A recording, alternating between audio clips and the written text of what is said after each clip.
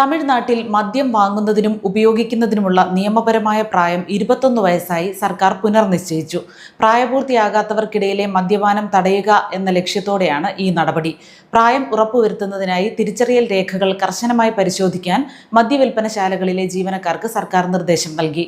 സംസ്ഥാനത്തുടനീളമുള്ള 717 മദ്യവിൽപ്പനശാലകൾ അടച്ചുപൂട്ടാൻ വിജയുടെ നേതൃത്വത്തിലുള്ള സർക്കാർ ഉത്തരവിട്ടിരുന്നു. ആരാധനാലയങ്ങൾക്ക് സമീപമുള്ള 276 ഔട്ട്ലെറ്റുകളും വിദ്യാഭ്യാസ സ്ഥാപനങ്ങൾക്ക് സമീപമുള്ള 186 ഔട്ട്ലെറ്റുകളും ബസ് സ്റ്റേഷനുകൾക്ക് സമീപമുള്ള 255 ഔട്ട്ലെറ്റുകളുമാണ് അടച്ചുപൂട്ടുക. 717 കടകൾ പൂട്ടുന്നതോടെ ആകെ ഔട്ട്ലെറ്റുകളുടെ എണ്ണം 4765 നിന്ന് 4048 കുറയും. മദ്യശാലകളുടെ പ്രവർത്തന സമയം കുറയ്ക്കുന്നത് സർക്കാരിന്റെ പരിഗണനയിലാണ്. നിലവിലെ രാത്രി 10 എന്നത് രാത്രി 8 വരെയാക്കി കുറച്ചേക്കും. 2025 മദ്യവിൽപ്പനയിലൂടെയുള്ള തമിഴ്നാട് സർക്കാരിന്റെ വരുമാനം 48,344 കോടി രൂപയായിരുന്നു. രജിസ്ട്രേഷൻ വകുപ്പ് കഴിഞ്ഞാൽ തമിഴ്നാട് സർക്കാരിന് ഏറ്റവും കൂടുതൽ വരുമാനം ലഭിക്കുന്ന രണ്ടാമത്തെ സ്രോതസ്സാണിത്.